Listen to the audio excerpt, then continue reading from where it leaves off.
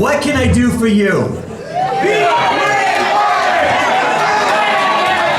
What can I do for us?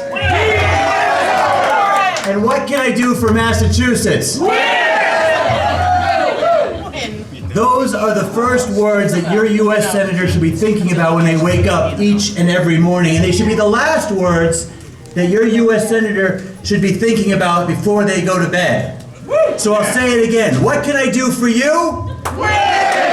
What can I do for us? And what can I do for Massachusetts?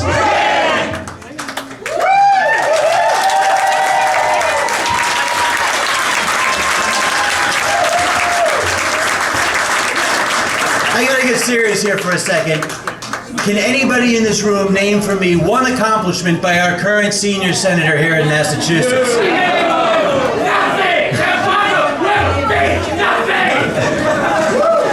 Anybody? Steve? John? Christy? That's my point exactly. You know, I like actually learning about some successful folks. I like to read about what makes them successful. You guys probably know this guy, Bill Belichick, runs a football team called the Patriots. Fred Smerlas is here. Where's Freddie? Fred Smerlas is here, played for the Patriots.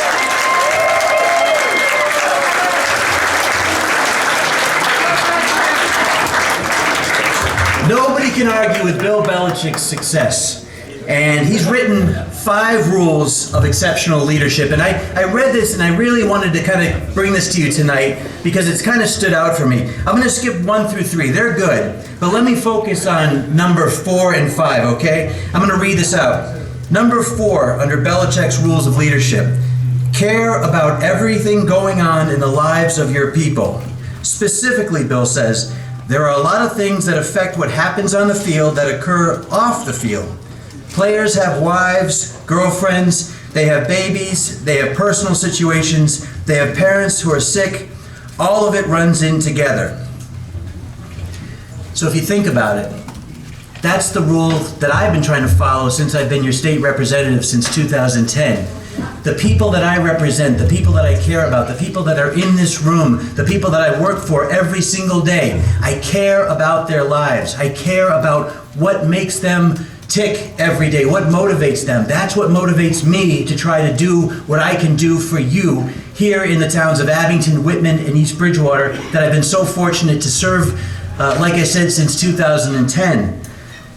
And the other rule number 5 for Belichick is don't rest on your laurels.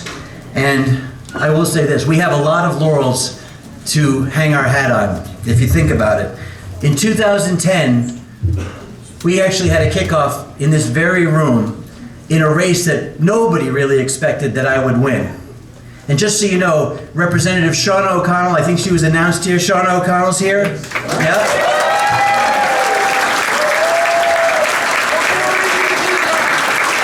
Representative Jim Lyons from Andover is here.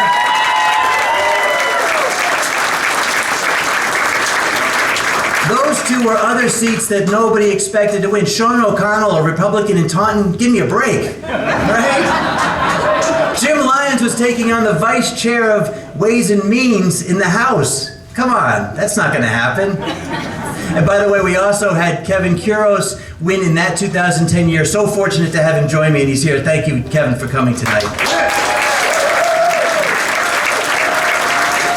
And I don't want to leave out Dave DeCoste, who joined us recently, sits right to my left up at the State House, does a wonderful job in his district as well. We're so fortunate to have him. But I'll tell you, when we first ran in 2009, 2010, nobody expected we were going to win this seat. John Walsh, the Democratic Party chair, lived in Abington. You guys all know John Walsh? Yeah. Okay. He's the one that brought us Deval Patrick as governor. He's the one that's now running Seti Warren's campaign against Charlie Baker. You guys familiar with this guy? Yeah. So he lived in Abington. And in the town of Whitman, where we're in right now, Shannon O'Brien, who ran against Mitt Romney, she's from this town. So we had her not exactly helping out with my race, by the way, too. And my opponent was from the third town of East Bridgewater, where his father was state rep and state senator before him. The seat had been held by Democrats for 14 years. I was going up against the vice chair of education on leadership track. It really was a race I probably, if I'd known what I was doing, wouldn't have even run. That's true. But I was 40 years old. I had 2 daughters at the time. They were 6 and 2. Look at them now. Aren't they beauties?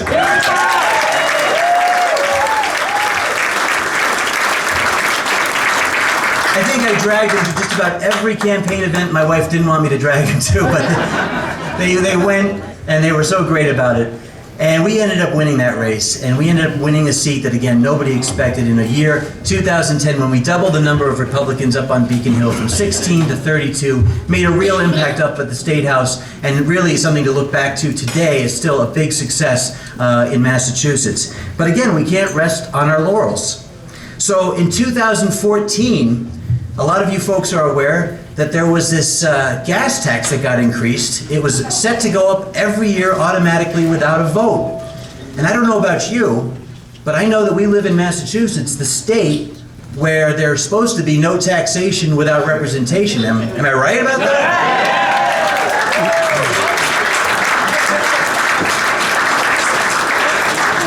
I don't know if you've seen the news lately, but Diehl Patrick, by the way, today announced that he might be running for president of the United States.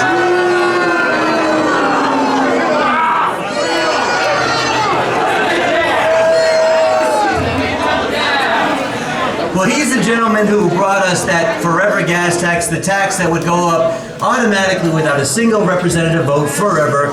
Would have cost us taxpayers $2 billion. $2 billion, and we put that back in everybody's pockets. You and everybody here who worked on that gas tax ballot, you delivered a victory. You delivered a message to Beacon Hill that they need to be accountable to the constituents they serve. We were outspent $3 million to, I think, about $90,000. I mean, that's all we could raise. It was a tough row to hoe. But you know what? We believed in it. We got 120,000 signatures without paying a single person to deliver those signatures, and they laughed at us. The media all laughed at us at the State House when we said we would do it with all volunteers, but we did it.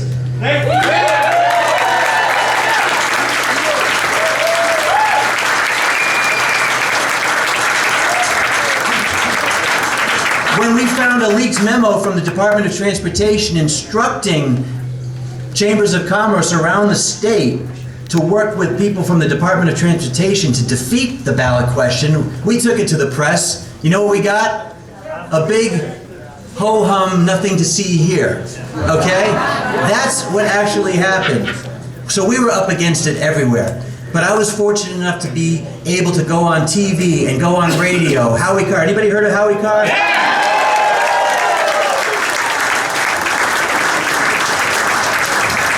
He did an incredible job helping us with getting those signatures, getting the word out there, and Yes on One won in November of 2014. We won 53 to 47, and we outperformed Governor Baker by 50,000 votes.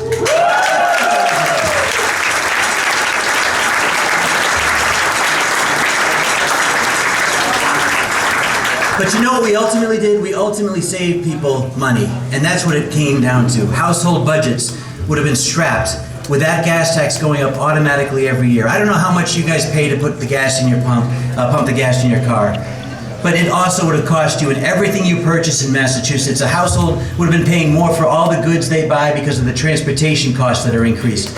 And don't think that your municipalities are exempt from the gas tax. So every ambulance run, every fire truck, every school bus, every police car, that extra cost in gas would have come through your property taxes. It's a regressive tax that hurts middle to low income families the most, and we won that issue against everybody on Beacon Hill. All the legislators who voted to make it happen kept us from getting it repealed in the House and Senate, but we delivered on 2014, and I have you to thank for that tremendous victory.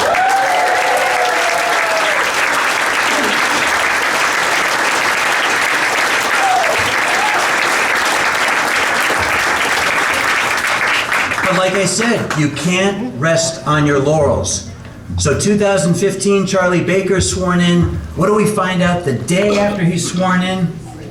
Boston 2024, the Olympics are coming to Massachusetts, right? Yeah. You know what?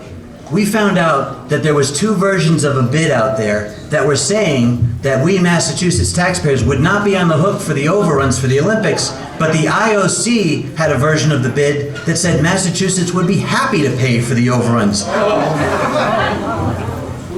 How much do you think those, Cheryl, how much do you think those overruns were going to cost Massachusetts?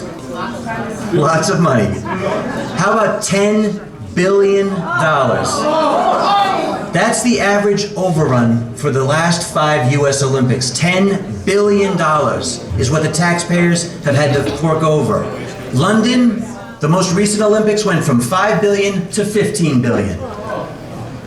The Montreal 76 Olympics just finished paying off their bonds a few years ago. That's how onerous the tax burden is to the cities and states who host the Olympics. But there we were, up on Beacon Hill, everybody trying to coast this thing along, including Governor Diehl Patrick, who was getting paid $7,500 a day to push that boondoggle.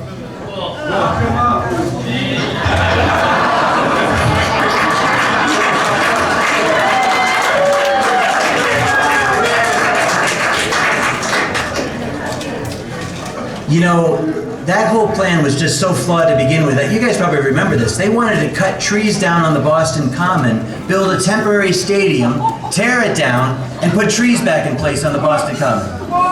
Great use of our tax dollars. They wanted to have VIP lanes for the IOC executives and athletes in and out of Boston. As if we all have no problem getting in and out of Boston as it is on a daily basis, right? But I ended up filing language in the House to prevent taxpayers from funding those Olympics. It was shot down, no surprise. Bob Hedlund, mayor of Weymouth, at the time state senator of Weymouth. Bob, where are you? Here? Bob was here? He filed it in the Senate. So it got shot down in the Senate. And if you guys remember, there was a guy named Evan Falchuk who had run for governor as an independent. He and I partnered, his team and our gas tax folks partnered to file a ballot question to prevent taxpayers from being on the hook for those Olympic overruns. And just the threat of the people of Massachusetts voting their will again meant that Boston 2024 knew the game was up. They left town about 2 weeks later and pulled their bid. So congratulations to everybody in this room once again for showing the muscle.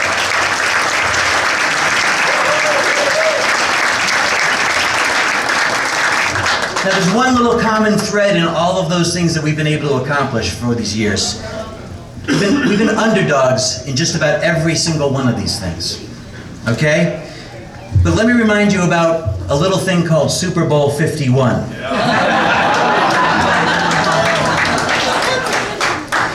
Remember when it was 28-3 in the third quarter, and Rob Gronkowski, I think, even missed another field goal? You guys remember that? That was the only Super Bowl that was ever won in overtime. You remember where you were when that happened? Because I can tell you where I was, and I can tell you where my wife was, and I can tell you where my daughters were. We were in the exact same seats in our living room watching the TV as we were 2 years prior when the Patriots won the Super Bowl. We were that superstitious. We had to sit in those seats the entire time so we wouldn't jinx it, so they would win that thing. So you're welcome. You're welcome, Belichick. You're welcome, Patriots. Speaking about my